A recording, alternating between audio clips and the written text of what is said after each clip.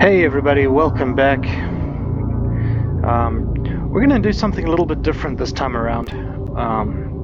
I figured we've done a lot of different, kind of more serious games, a lot of fast-paced stuff, and I figured let's do something a little bit different. So we are playing H.P. Lovecraft's Dagon.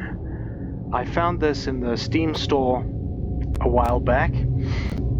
And having just gotten into Lovecraft, I figured, yeah, why not? Let's take a crack at it and see what's going on. So I have already played this, just to kind of see what's what. I had a slight issue where it kept crashing at one point, but that seems to have resolved itself. I am writing this under an appreciable mental strain, since by tonight I shall be no more. Very cool graphics so far.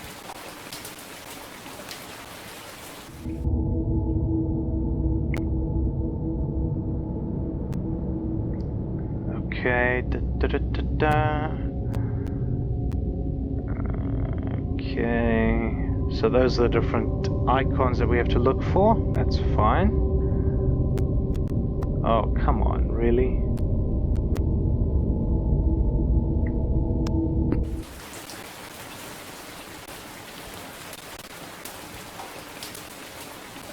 Okay.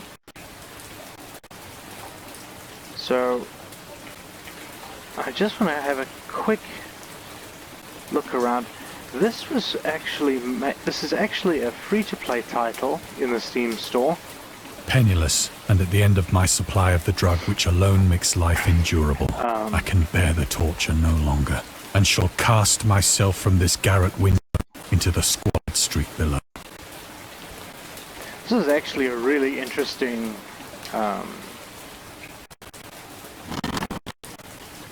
story. Do not think from my slavery to morphine that I am a weakling or a degenerate. Yeah. Ooh. When you have read these hastily scrawled pages, you may guess, though never fully realize, why it is that I must have forgetfulness or death. Okay.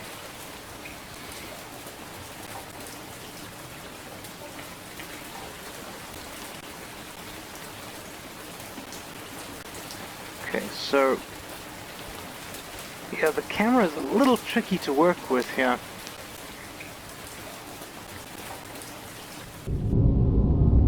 Okay, and we have our first bit of info. Was entered into use in the 19th century. Used as a painkiller during the Civil War and World War I. Okay. Also sold without restrictions until 1914. Good grief. Became more popular after the invention of the hypodermic syringe around 1854.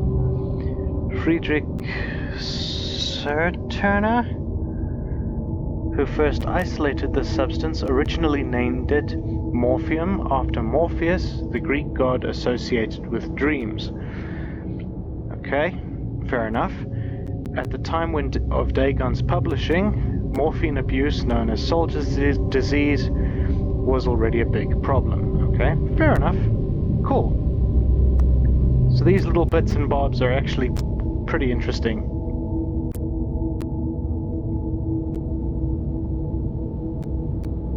Okay. Nah, that's alright. So, I just want to have a look-see. Come on, that's an inkwell. Is he writing with a quill? Yep, he's writing with a quill.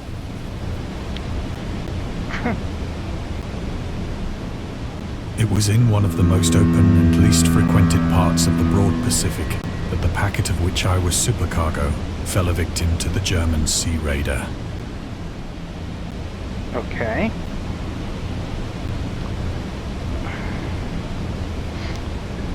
I will say this. As Lovecraft's writing style is kind of... Ow! This is a little bit louder than I thought it would be, so I hope the commentary comes through.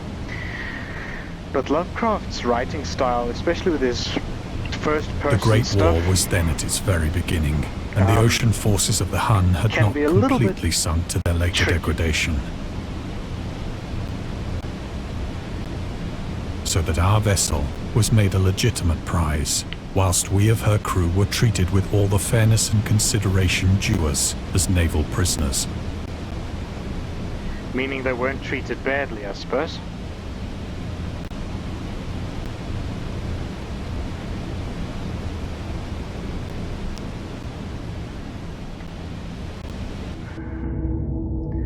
Huns were Central Asian nomads, first established a dominion in Europe and invaded the Roman Empire in the 5th century AD. Brutal, deadly warriors, masters of quick raids who also developed powerful composite bows, lassos and early siege weapons. During World War I, the British used the word Hun as a synonym for Germans in order to emphasize their brutality. But the term originated when German Emperor Wilhelm II gave a speech to his troops on July 27th of 1900 before heading for China. Okay? Should you encounter the enemy, he will be defeated, no quarter shall be given, no prisoners will be taken. Okay, fair enough. Whoever falls into your hands is forfeited. Just as 1,000 years ago the Huns, under their king Attila, made a name for themselves, one that even today makes them seem mighty in history and legend. Okay? May the name German be affirmed by you in such a way in China that no Chinese will ever again dare to look cross-eyed at a German. Okay, that seems a little bit... I don't know, maybe it's just me, but that sounds like a really racist thing to say. The refusal to take prisoners was a clear breach of the laws and customs of war adopted during the First Hague Convention of 1899. See, I'm not really all that familiar with history. I used to be, like, super into it, but, yeah, I wasn't really, you know, I kind of grew out of that sort of thing, you know, because when I was a kid, I kind of went through a phase where I was reading pretty much every history book I could find. Okay, is there any more? No, okay. So, let's... Oh, come on. Ah, there we go. So yeah, I went through a second time when I was reading everything I could get my hands on different topics. And eventually I kind of just... So liberal, indeed, was the discipline of our captors, that 5 days after we were taken, I managed to escape alone, in a small boat, with water and provisions for a good length of time.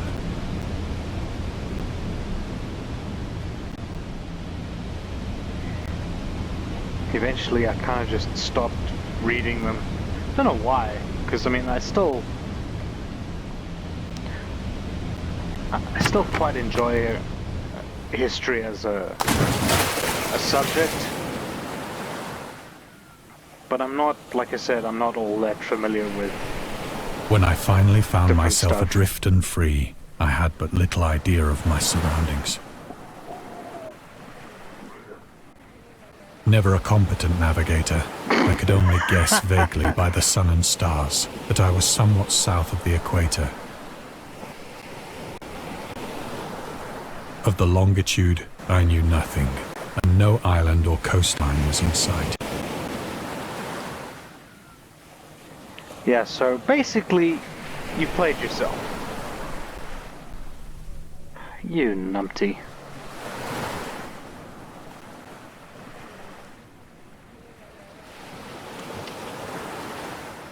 Why? You know, at this point, I don't think I'm even going to question it.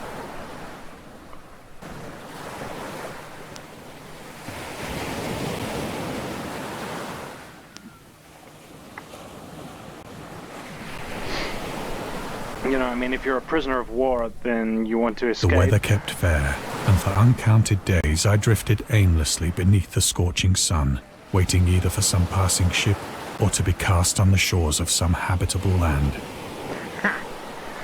Well, you're going to regret that decision.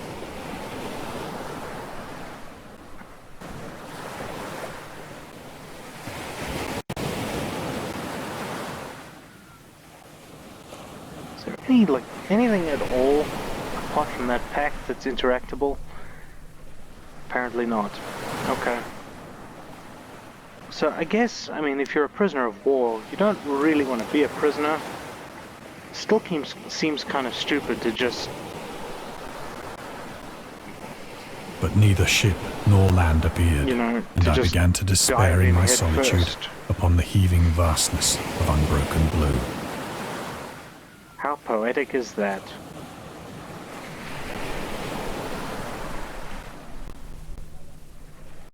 That's actually, I will say, you know, for all the weirdness that Lovecraft has in his work, he really does have a way with words, even The if it change is a little happened whilst I long-winded. slept.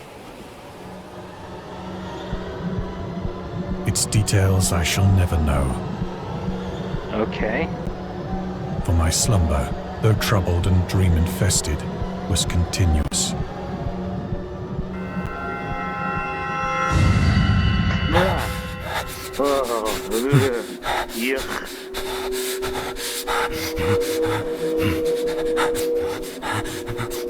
Okay. I just want to grab a couple of screenshots of the game as well, because I want to do an article or like a game review about this for Vocal. You know, when I get the chance.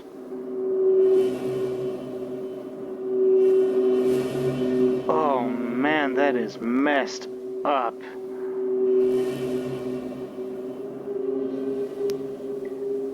I gotta say, I mean, the When graphics at last I awoke, are... it was to discover myself half sucked into a slimy expanse of hellish black mire, which extended about me in monotonous undulations as far as I could see.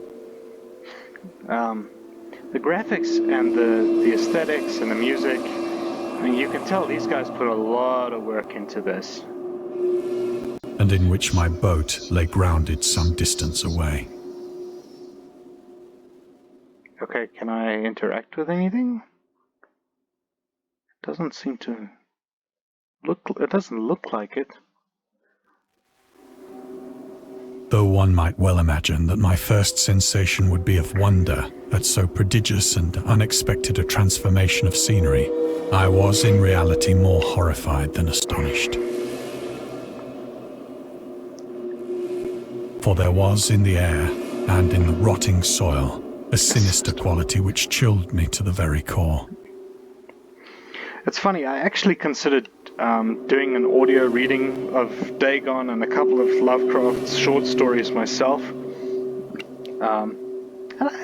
You know, I might actually still do that just to see if I can. But I don't know. The region was putrid with the carcasses of decaying fish, and of other, less describable things which I saw protruding from the nasty mud of the unending plain. Yuck. I mean, yes, I've already played this once, but it's still gross to look at. I still get the Perhaps I should heebie-jeebies. not hope to convey in mere words the unutterable hideousness that can dwell in absolute silence and barren immensity. Something with that boat. There was nothing within hearing, and nothing in sight, save a vast reach of black slime. Yet the very completeness of the stillness and the homogeneity of the landscape oppressed me with a nauseating fear.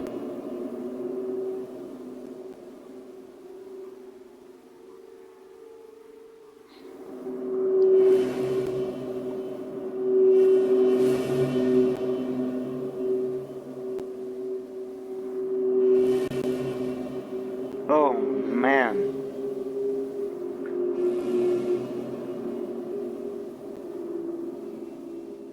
The sun was blazing down from a sky which seemed to me almost black in its cloudless cruelty, as though reflecting the inky marsh beneath my feet.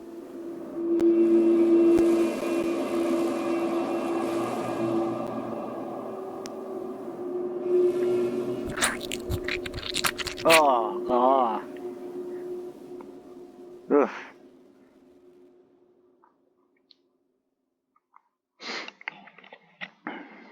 As I crawled into the stranded boat, I realized that only one theory could explain my position. Through some unprecedented volcanic upheaval, a portion of the ocean floor must have been thrown to the surface, exposing regions for which innumerable millions of years had lain hidden under unfathomable watery depths. Yeah, this seems to be a common thing with Lovecraft. I know of a couple of stories that talk about underwater cities and things like that. I mean, so great was the extent of the new land which had risen beneath me that I could not detect the faintest noise of the surging ocean, straining my ears as I might. So Shadow over Innsmouth talks about Innsmouth talks about it. You know, the Deep Ones have their city. At the Mountains of Madness, they talks about you know, underwater cities and things like that. The Tomb, I think it's called, does the same thing. So it's not an uncommon thing, this idea that land, and Call of Cthulhu does the same thing, talking about land that has just come out of the ocean. Nor were there any seafowl to prey upon the dead things.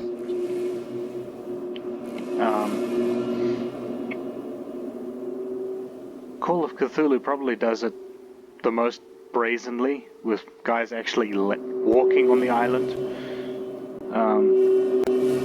But yeah. Ugh. Gross. For several hours I sat thinking or brooding in the boat, which lay upon its side and afforded a slight shade as the sun moved across the heavens. Okay. As the day progressed, the ground lost some of its stickiness and seemed likely to dry sufficiently for traveling purposes in a short time. Why would you... Why don't you just stay where you are? You know? You stay where you are, and with any luck, someone will find you. That night I slept but little, and the next day I made for myself a pack containing food and water, preparatory to an overland journey in search of the vanished sea and possible rescue.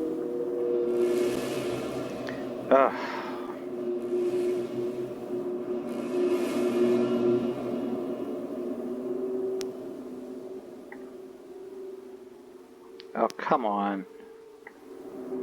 No, man.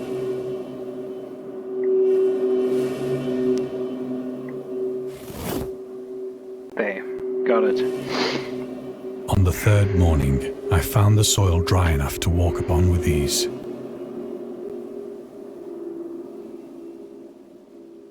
The odor of the fish was maddening, but I was too much concerned with graver things to mind so slight an evil, and set out boldly for an unknown goal. Yeah, you mean stupidly.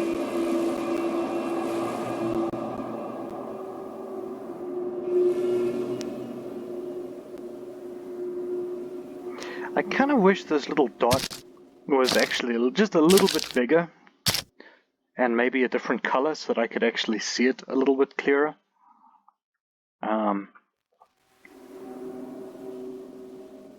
All day I forged steadily westward, guided by a faraway hummock which rose higher than any other elevation on the rolling desert.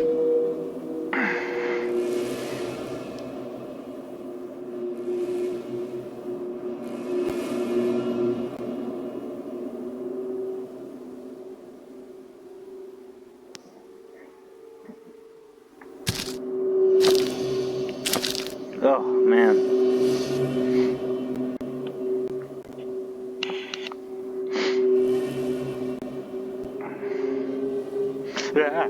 Oh. I will never get used to that.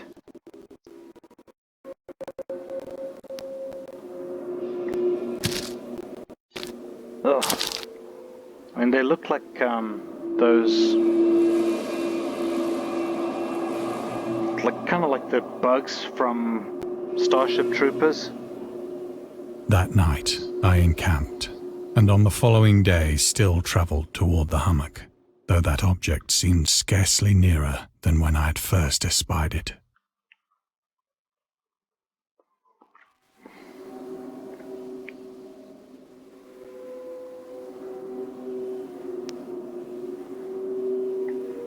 Oh, come on. Unfortunately, you can't really change or reduce the mouse sensitivity or the touchpad sensitivity. So I basically I've done what I can to kind of sort that out. But By the fourth evening, Duh. I attained the base of the mound, which turned out to be much higher than it had appeared from a distance. Well, duh, you're standing right in front of it. An intervening valley setting it out in sharper relief from the general surface. Too weary to ascend, I slept in the shadow of the hill. I wouldn't.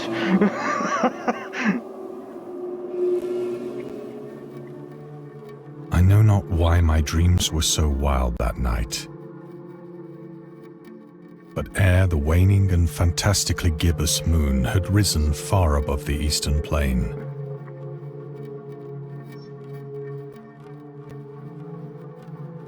I was awake in a cold perspiration, determined to sleep no more. Such visions as I had experienced were too much for me to endure again. Okay, so this is one of the problems that I have with Lovecraft's work. And I actually have a review of one of his short stories coming up that I want to do. But you don't really get to see what's going on. You get this bit where, oh, it was too much for me to talk about, which kind of defeats the point. And in the glow of the moon, I saw how unwise I had been to travel by day. Yeah, no kidding. Without the glare of the parching sun, my journey would have cost me less energy.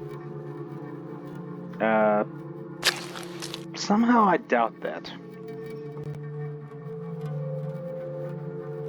I mean, I suppose it kind of makes sense, but, Indeed, I now felt quite able to perform the ascent which had deterred me at sunset.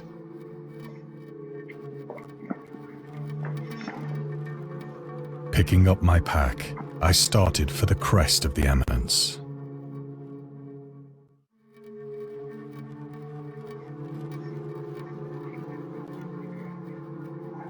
okay.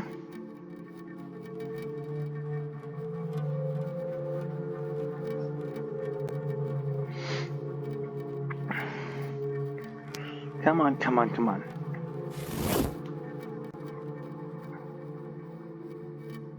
I have said that the unbroken monotony of the rolling plain was a source of vague horror to me. But I think my horror was greater when I gained the summit of the mound and looked down the other side into an immeasurable pit or canyon.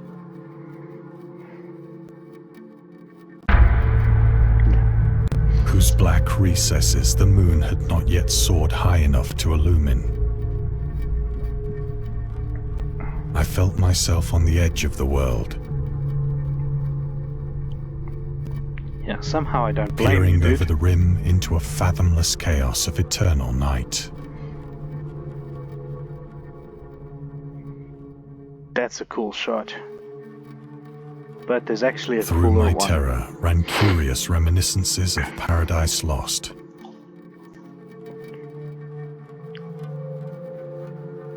Paradise Lost. Isn't that... And of Satan's hideous climb through the unfashioned realms of no, I'm darkness. thinking of As the moon climbed higher in the sky, Dante's I Inferno. began to see that the slopes of the valley were not quite so perpendicular as I had imagined.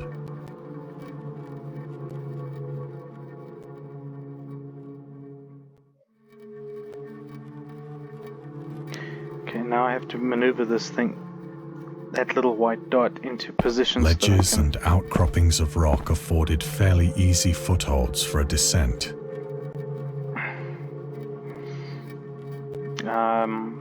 I don't think I would descend and climb down that end. I think I'd probably just go back to my boat, thank you. Whilst after a drop of only a few hundred feet, the declivity became very gradual. Oh, it's only a few hundred feet. It's not gonna hurt if I fall or anything. Really. I think, don't they consider anything that's 3 times your own height that it's a traumatic fall? So if he's falling or sliding down, say 100 Urged on or by an impulse which I cannot definitely 200 analyze, feet or whatever. I scrambled with difficulty down the rocks and stood on the gentler slope beneath. Okay, so maybe... Oh, okay. So he didn't actually fall, he just kind of picked his way down. But still, I mean, that's not an easy thing to do. Gazing into the Stygian deeps, where no light had yet penetrated. All at once, my attention was captured by a vast and singular object on the opposite slope, which rose steeply Okay, now about this 100 yards ahead of me. This is kind of where I started to have an issue, and I'll get to that in a second. An object that gleamed whitely in the newly bestowed rays of the ascending moon. I love the narration on this. This is so cool.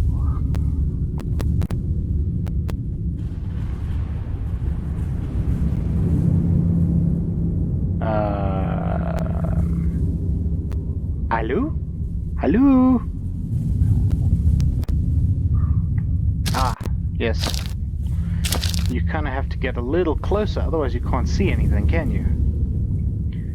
Nutcase. Well, he's not a nutcase yet, I should That say. it was merely a gigantic piece of stone, I soon assured myself. That's a little more than just a piece of stone, dude. But I was conscious of a distinct impression that its contour and position were not altogether the work of nature. A closer scrutiny filled me with sensations I cannot express.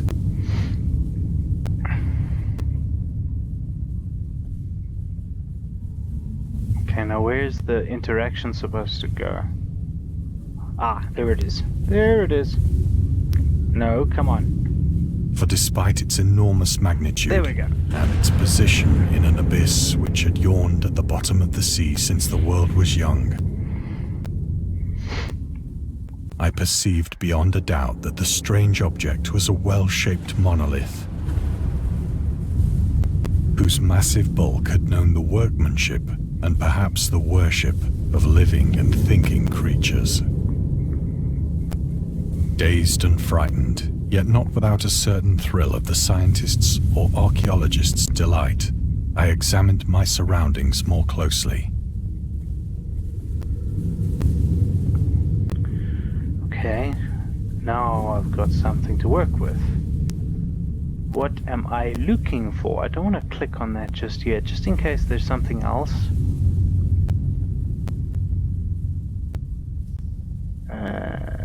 Okay, it doesn't look like it, so we're just gonna... Well, assuming that I can... Ah, there we go.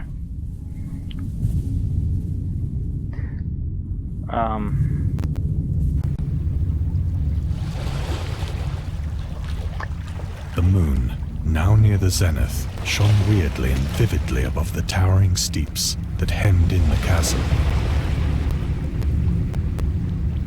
Okay, that's...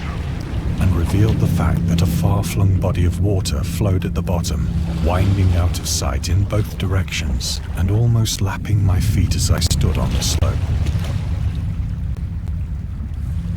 Winding out of sight, and I can see that it's kind of got an end. Unless you're looking straight in front of you past the monolith.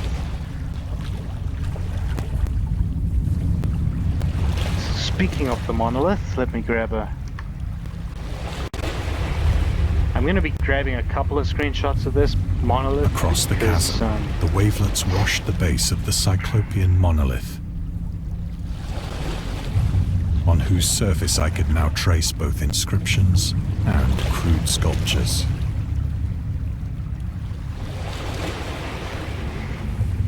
Alright, so that's another element from At the Mountains of Madness.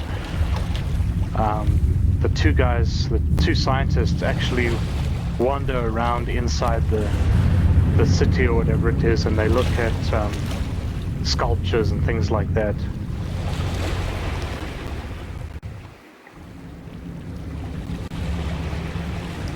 I'll have to do a video about that. The writing was in a system of hieroglyphics unknown to me and unlike anything I'd ever seen in books.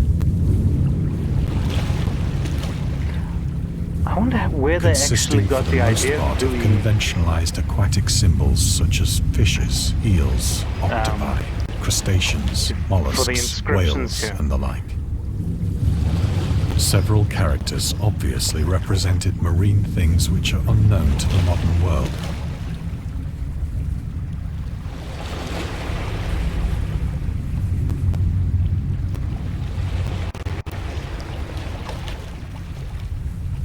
But whose decomposing forms I had observed on the ocean-risen plain. Okay. It was the pictorial carving, however, that did most to hold me spellbound. Hey, Cthulhu's right in the middle there. At least I think that's him.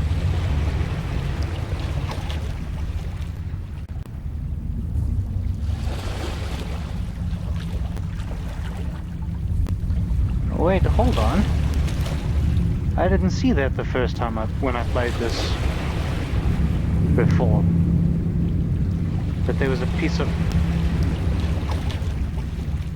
Oh, come on, really? Oh, there we go. Themes and storytelling methods. Madness, the Nameless City. Okay, so this actually names a couple of the different stories that use this sort of method. That's really cool.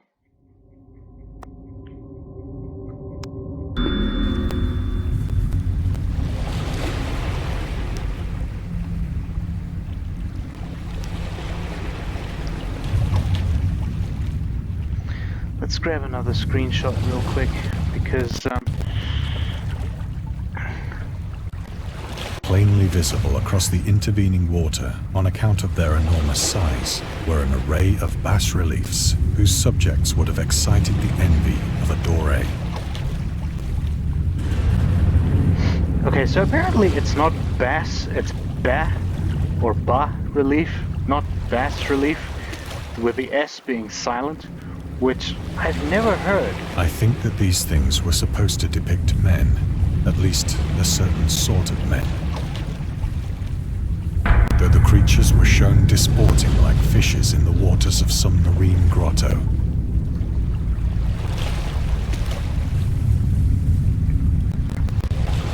Deep ones.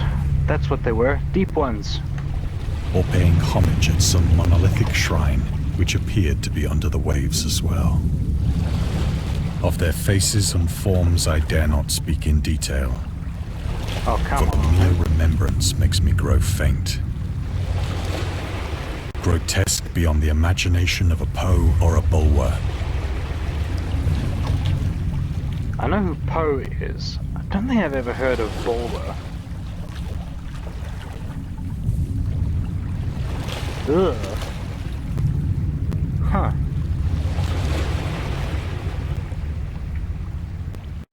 I don't know. I've never seen those before. They were damnably human in general outline, despite webbed hands and feet, shockingly wide and flabby lips. It sounds like he's describing the people in Shadow over Innsmouth. Glassy, bulging eyes, and other features less pleasant to recall.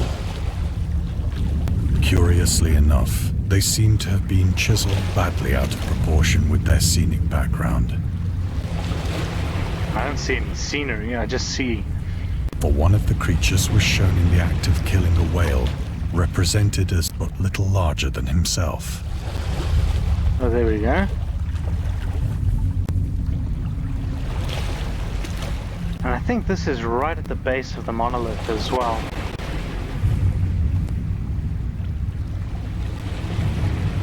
I remarked, as I say, their grotesqueness and strange size.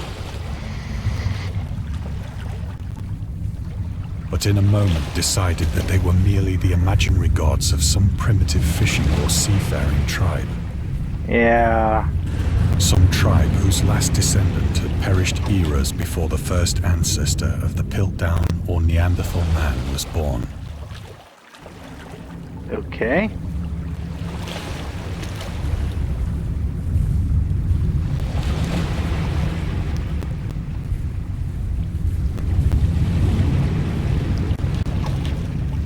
Let's see where this takes us. Awestruck at this unexpected glimpse beyond the conceit of the most daring anthropologist.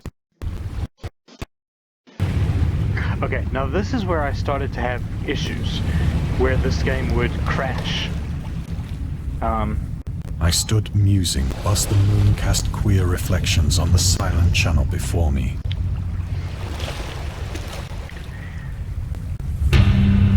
Then, suddenly, I saw it. So what? With only a slight churning to mark its rise to the surface, the thing slid into view above the dark waters.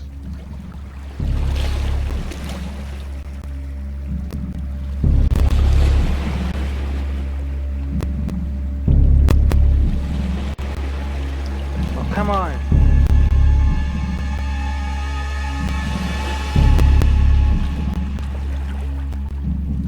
I can't see the...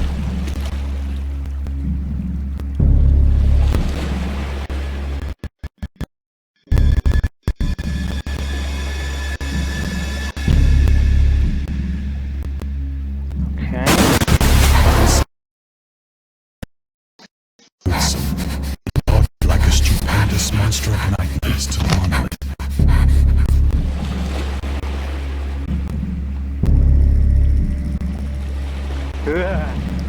Oh, I would not want that thing coming after me, thank you very much.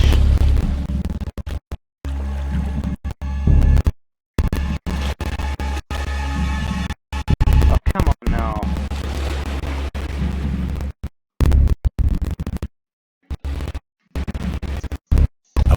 It flung its gigantic, scaly arm. The wild back of its hideous head gave to see measured sounds. Okay.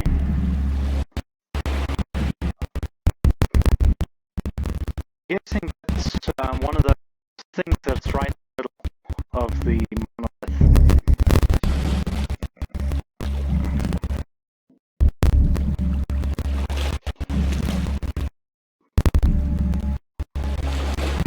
Hello?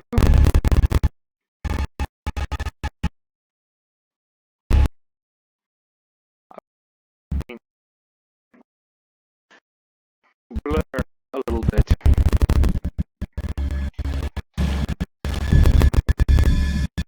I think I went mad.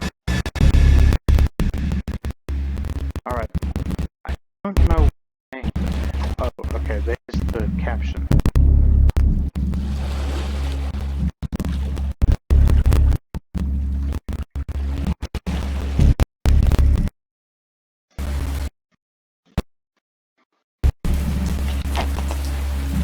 Of my frantic ascent of the slope and cliff, and of my delirious journey back to the stranded boat, I remember little. don't know why I'm looking at a blank screen apart from that. Oh no, there we go. Okay, alright. No, it's not a problem. There we go.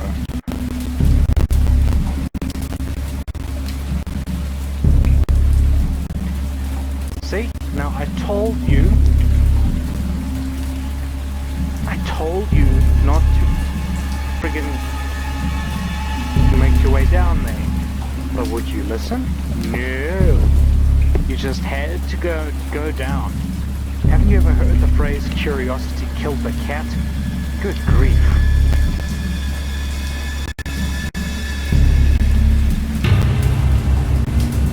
I believe I sang a great deal and laughed oddly when I was unable to sing.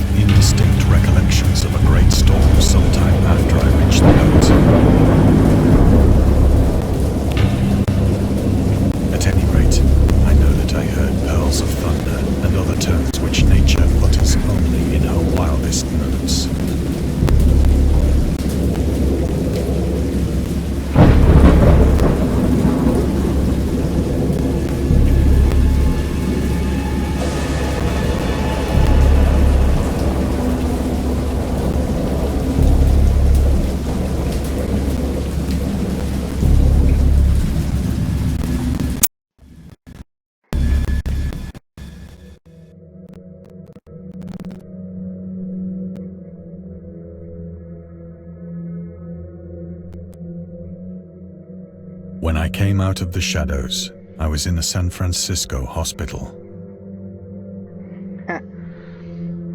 Brought thither by the captain of the American ship which had picked up my boat in mid-ocean. In my delirium, I had said much, but found that my words had been given scant attention. Yeah, because you were treated like a loony.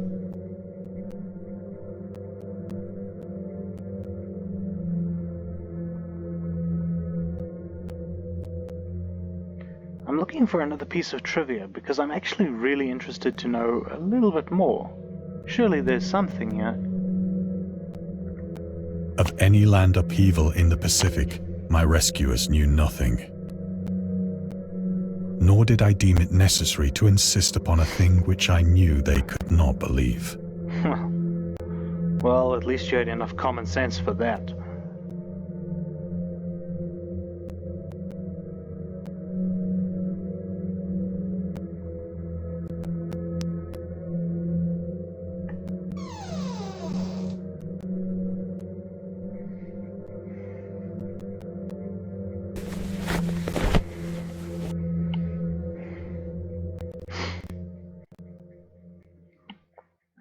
Once I sought out a celebrated ethnologist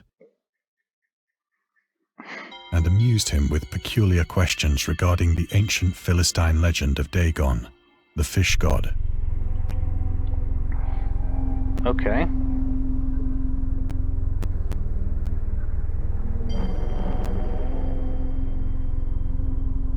Oh, there we go. There's another piece of interesting reading.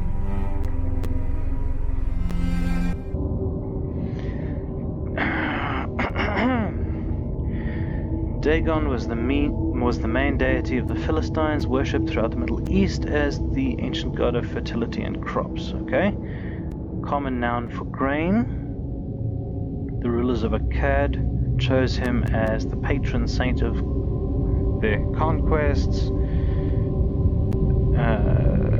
Okay, judge of the dead in an Assyrian poem. Okay.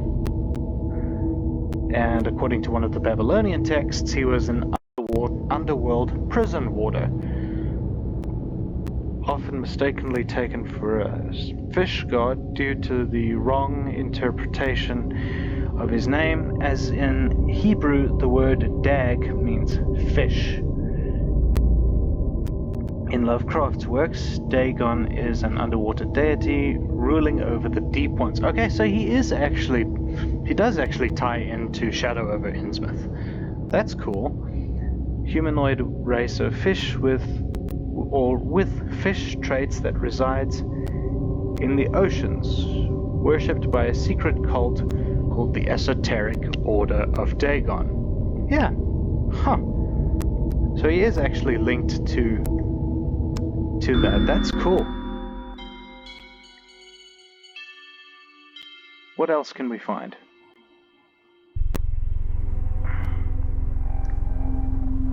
Sheesh. Oh man, this camera is ridiculous.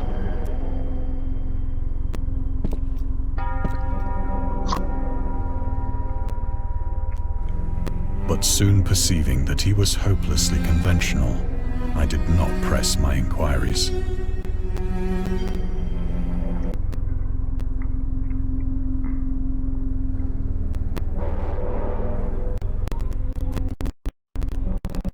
In other words, you realized he thought you were a loony, so you kept your mouth shut.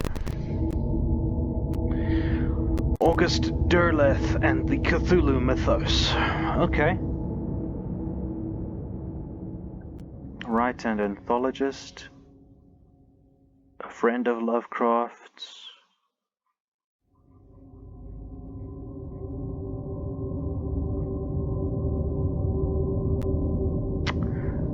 Okay, so he kind of introduced a good versus evil thing to the whole Cthulhu setup, which was pretty much the exact opposite of Lovecraft's ideas of everything. Huh.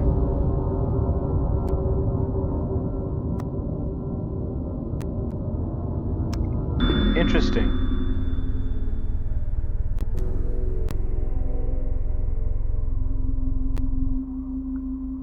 Oh, man, come on.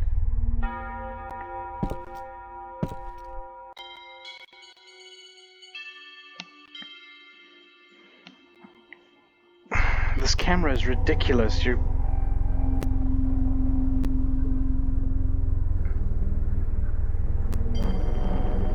Okay, what am I supposed to do? Oh, grief.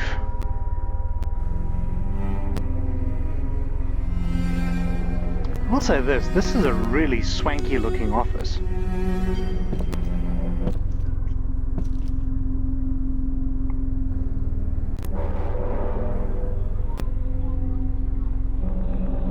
I can't believe it's been almost an hour. It is at night, especially when the moon is gibbous and waning, that I see the thing.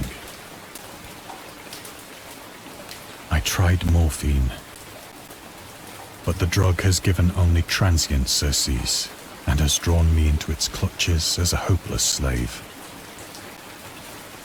So now I am to end it all, having written a full account for the information or the contemptuous amusement of my fellow men.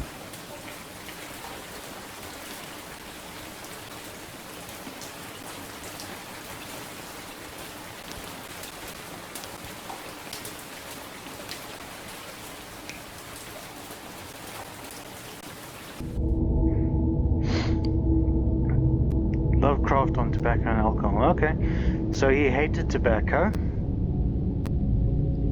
He smoked when he was 12. Good grief. In order to look and feel like an adult in his correspondence with friend Reinhard Kleiner, he claims that he quit as soon as he started wearing long pants.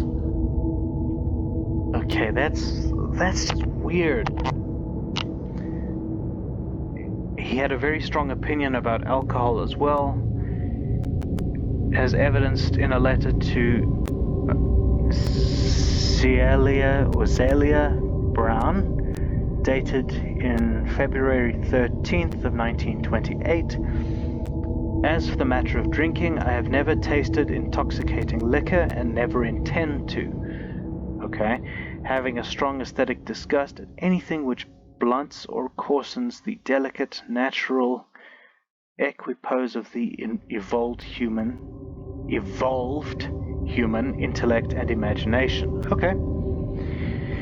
Drinking excited my personal repugnance, hence I don't drink. Let the herd do what they will. I am rather in favor of prohibition, the prohibition of any one antisocial force as well as of any other. Good grief, I'm stumbling over my words here. Source is Spirit of Revision. Okay. Cool beats. So that's the book where that excerpt comes from. I'll have to see if I can find a copy. And now we come to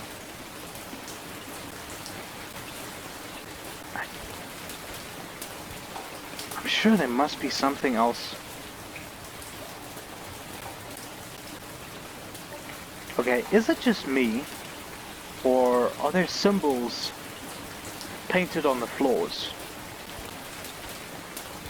I can see what looks like one there by the package. There's one under this piece of paper there.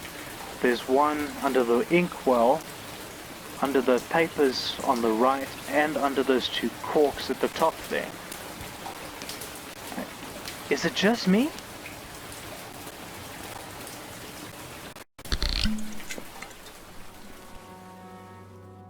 Don't know what that is. Often, I ask myself if it could not all have been a pure phantasm.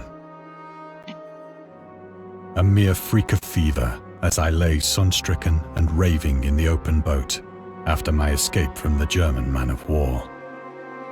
This I ask myself, but ever does there come before me a hideously vivid vision in reply. Yep.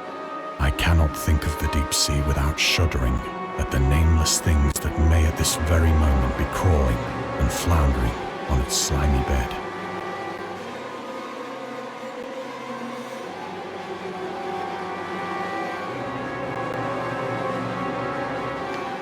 That's a pretty good shot to kind of demonstrate the size of the ocean.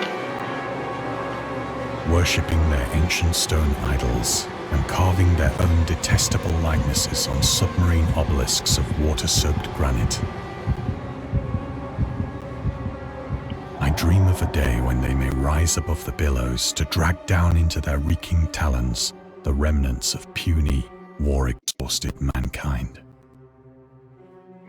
Of a day when the land shall sink and the dark ocean shall ascend amidst universal pandemonium.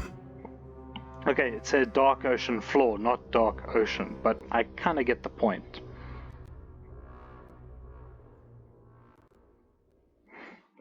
Now this is your kind of classic post-apocalyptic shot. You have all these little, what I'm guessing are battleships or something, and what I would assume to be New York in the distance.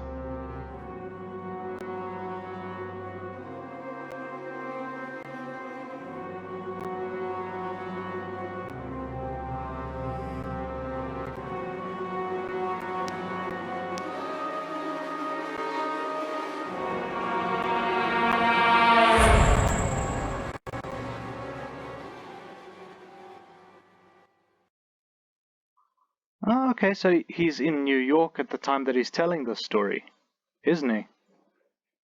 Am I right? I think so.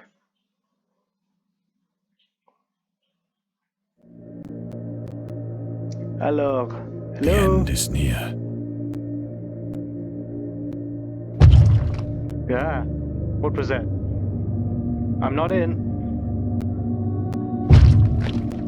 I'm on holiday. Go away.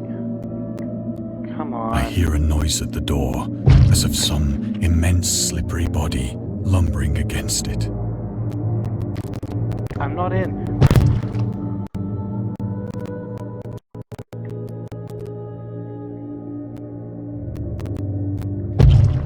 Ah. Oh, come on, man. Don't make me open that. Come on. Oh, come on. Oh, come on.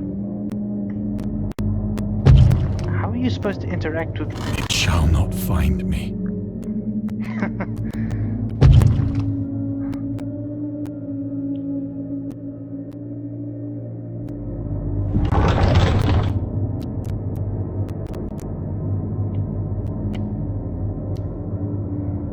Now...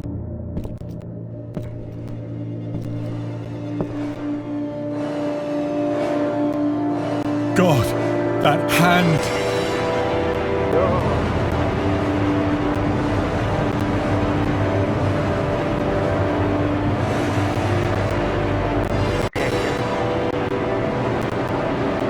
Can we move? The window! The window! Well...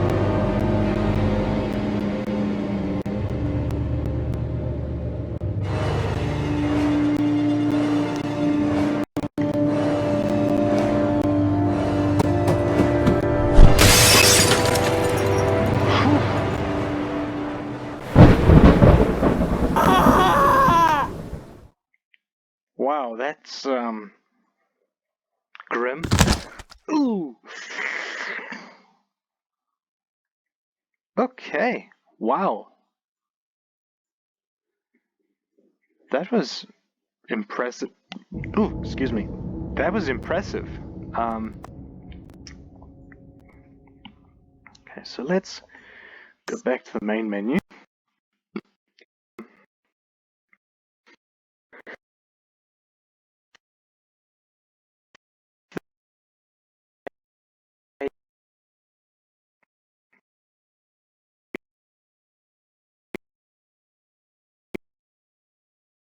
You make it more of a third person type thing.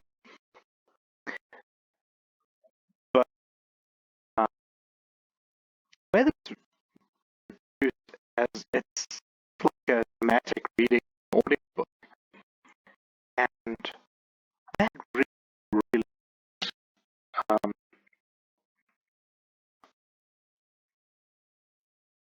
I, when I found I wasn't really expecting much.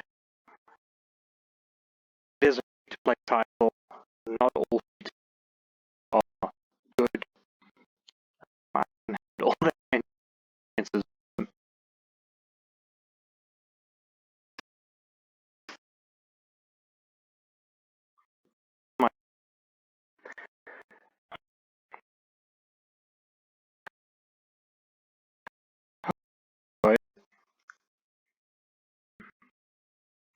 This is the first in a series of Lovecraft-related games that I want to play around with.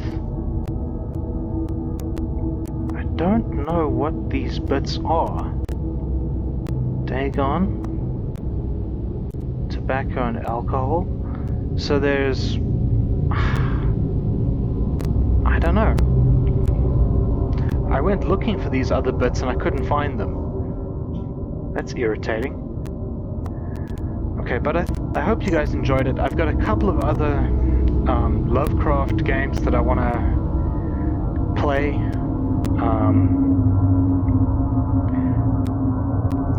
So I will definitely be doing some more Lovecraft stuff. If I can find more free-to-play Lovecraft stuff, that's definitely going on. I've got a couple of games. I've got one, Lust for Darkness, which I want to see if I can get that done sort of in a safe for YouTube way, because the last time I played it there was some, let's say, questionable content. But yeah, there's definitely much more Lovecraft stuff on the way in. I hope you guys enjoyed this one. Let me know what you think about it. If you're likely to play it, if you're not likely to play it. Yeah. Thanks for watching. I'll see you for the next one.